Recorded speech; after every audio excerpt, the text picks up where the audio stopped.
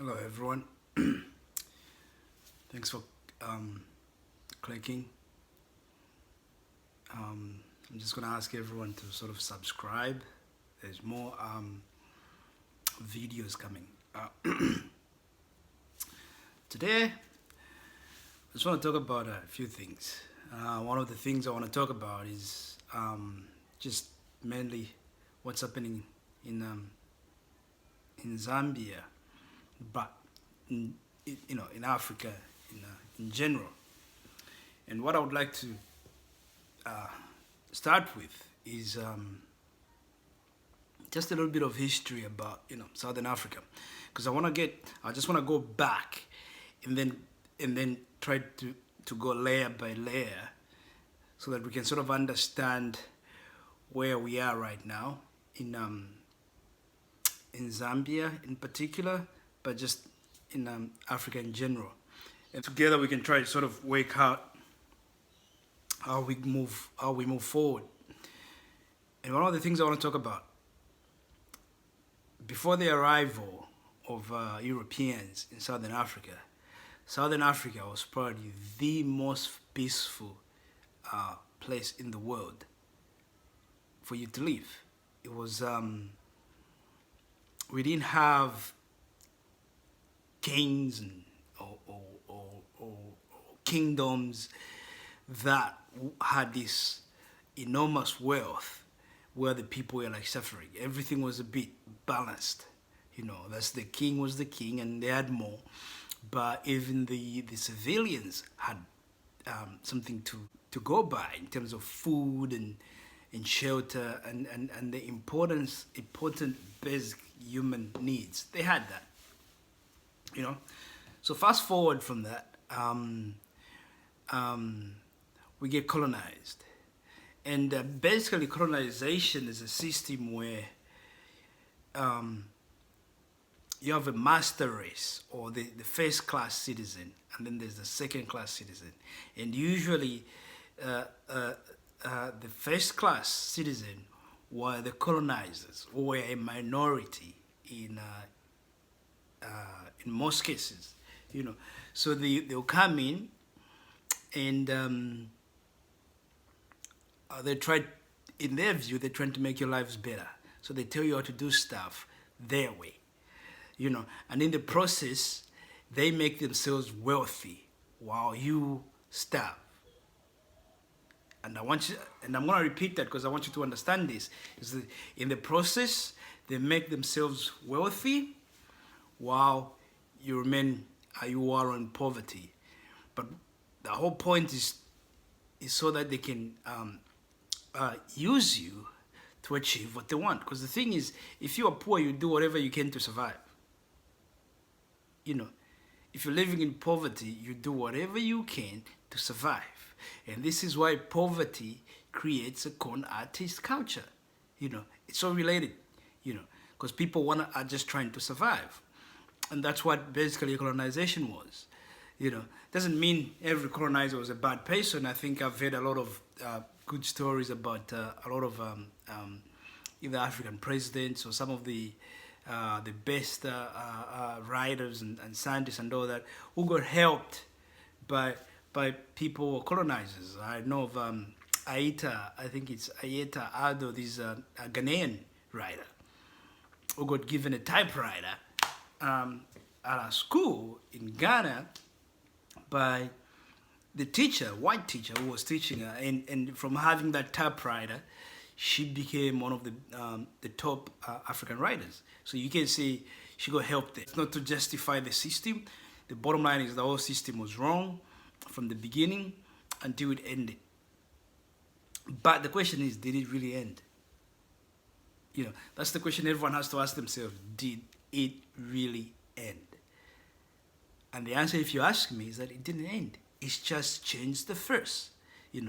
Initially, we had white people colonizing us, right? And then we become independent. And now we have presidents that look like us. Some of them had very good intentions, and they did amazing things with the resources that they had. Because a lot of people don't forget this. most of these African countries at the time of independence, they didn't have the manpower in terms of let's say engineers, doctors, and all these people that you need to create an advanced community. They didn't have that, so it's like they had to start from scratch. You know, in some places here when they became independent, they had like one engineer. And if he's a chemical engineer, he can be a mechanical engineer.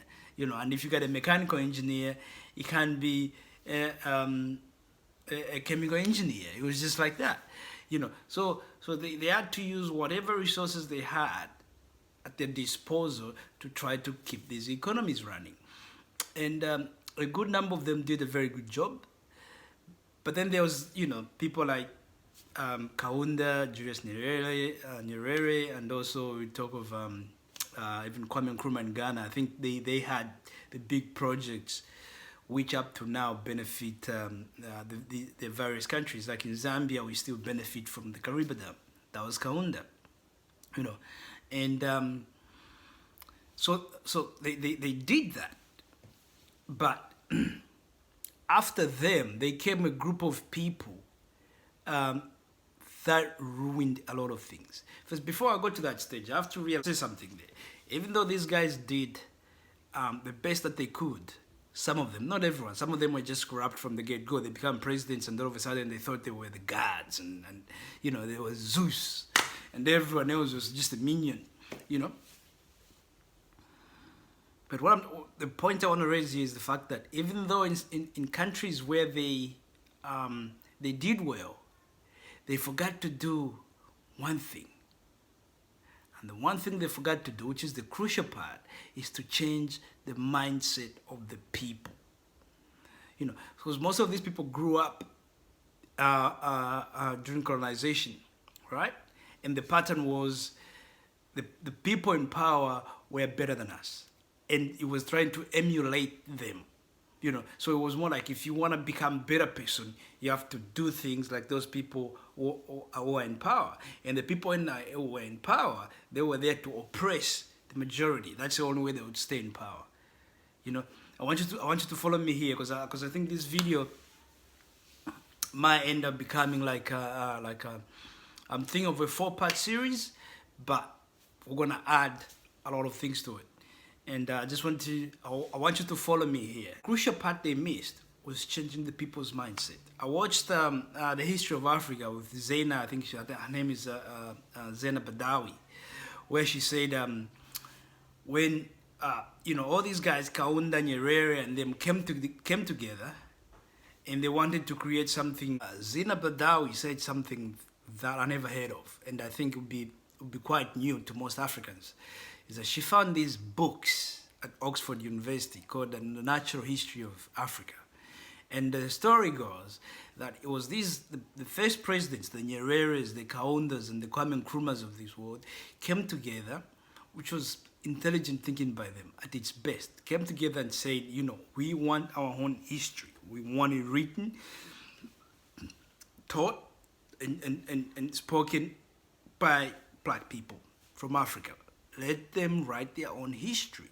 And I think UNESCO jumped on this, and they wrote our own history. But the thing is, which saddens me, is that we haven't been, no country in Africa so far, until Badawi found these books, maybe they never heard of it, because the thing is that this history was not implemented in our school curriculum, which is probably the saddest thing that has happened to Africans. Because then what happened was, so we become independent, but the school system doesn't change. Our history is not taught. So the whole thing was the same way it was during colonization, when we were colonized. It's the same thing. So when we go to school, we are pretty much taught the colonizers' way of teaching, where we were the second-class citizens and they were better. Only this time it was like, you are independent, cool. But if you really want to be better, you got to come and live in Europe, or to be like us. You got to be like us. So the whole education system, it just brainwashes us. It's poison. It really is poison, you know. So it doesn't give us the dignity, and also doesn't make us be proud of who we are. It doesn't. You know, it takes that away from us. And our only hope is to get out. You know, it takes away the ability for us to see what we have at our disposal. You know, it takes away that. You know, and from that point on, you can connect to where we are today. You know, we are not organized. You know, we are not, we don't believe in ourselves. You know, everything right now, so far there's, the world is in lockdown, there's coronavirus, right? I haven't, apart from the COVID organics from Madagascar, you know, I haven't heard, I'm yet to hear a country in Africa that's also trying to create their own vaccine. You know, it's like we are waiting for people from outside to create a vaccine for us. And the sad thing is, so far vaccines in Africa have been devastating. People have injected us with all sorts of things, from AIDS to you name it. You know, because we don't have faith in ourselves. You know, we from the time we go to school, we are brainwashed to believe that everything about us is not right. Everything about us is not right. You need to get out of this country if you want to do well. You need to do this, you need to do that. But the sad thing is, we live in a continent that's the richest continent in the world in terms of natural resources. You know, everyone else has to come to Africa to get what they need to go and make whatever they want to make. And yet lack of organization and lack of belief in ourselves has taken that ability from us to say, you know, to take charge and say, this is ours, and we should take hold of it and enrich ourselves and develop our countries. You know, so because of the history we're learning in schools and everything that we're doing, we end up now believing that, you know, someone has to be oppressed if I'm happy, if I'm the president. You know, because that was colonization. So what we had now, where people were becoming presidents who started oppressing their own people.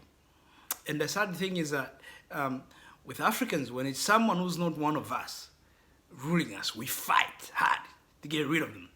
But the moment one of us becomes president and even behaves worse than the person who didn't look like us treated us, we keep quiet. You know, we keep quiet. We just accept it because that person looks like us, and that's our biggest failure. We should never stop fighting, whether someone looks like us or someone doesn't look like us. If they don't treat the way we want to be treated, if they don't provide the basics that we need, we should be able to fight and get rid of them. You know. So here's the thing. So these presidents now, they create this culture of you know, especially in Zambia, maybe in other parts of Africa it's different, but in Zambia it's like the politicians are the it. You know, they're the man. This is how you're supposed to live. So the highest paid people in Zambia is the politicians. It's not the CEOs, because we haven't really created corporations. If it's a mining company, it's not owned by us. So the only people that get paid well in Zambia is the politicians. It goes back to colonization, you know. So they get paid well. They got access to all the contracts, and they are corrupt. So the money comes in, you know, they're getting chunks of it for themselves and give people scraps, you know, because they want to have this life. And also the whole culture tells us that once you become a politician, you're supposed to be rich, you know. So they go to sleep thinking about themselves becoming rich, and when they wake up, they're thinking about themselves becoming rich. They're not thinking about the people, you know. So that's the mindset we have to change, that mindset. And then when you look at education system, these people know that education is important, but it's like the same reason enslaved people in America were not given an opportunity to know how to read. You know, so if you keep them dumb, you can control them, and that's what they do. So our education system is just terrible. It's terrible.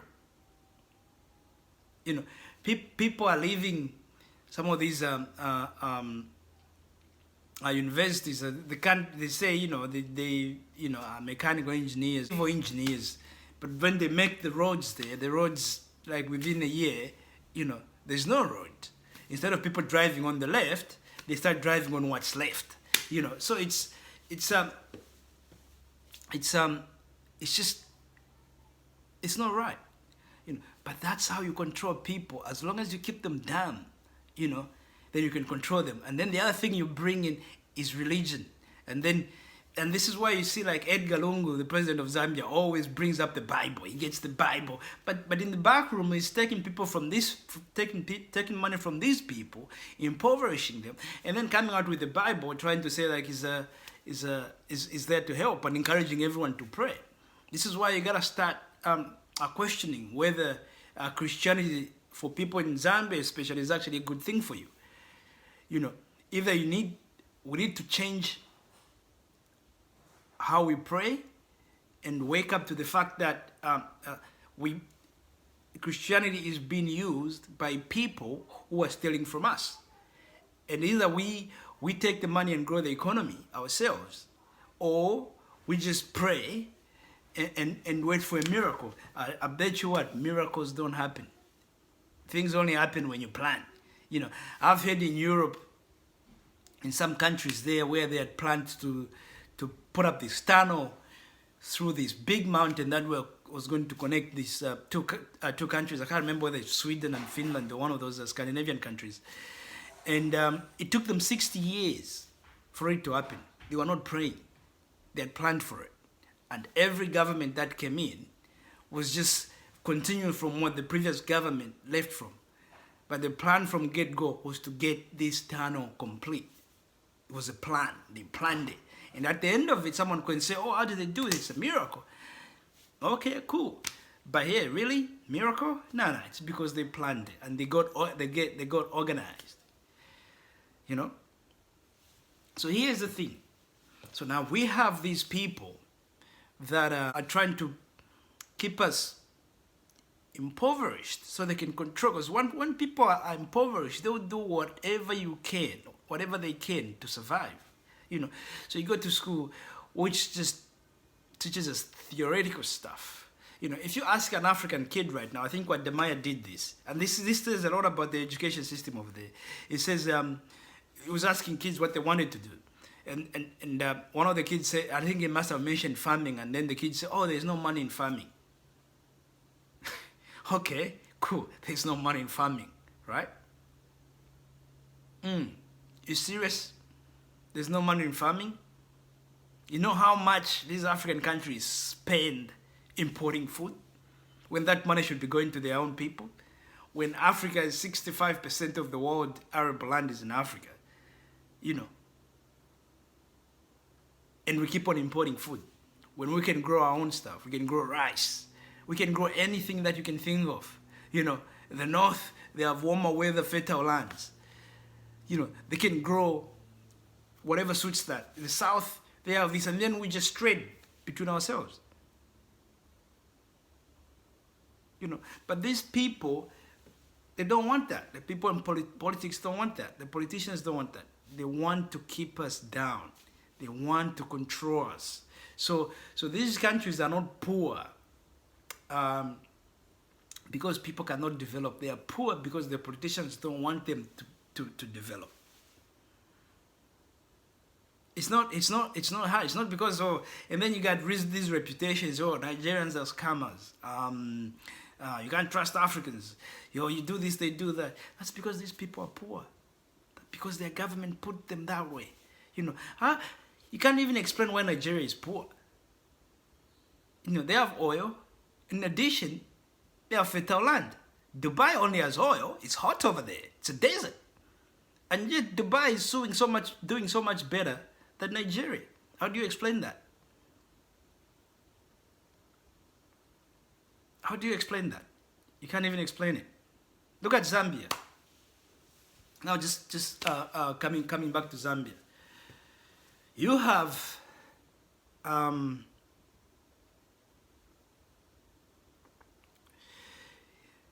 these leaders that want to impoverish their own people so they can rule them,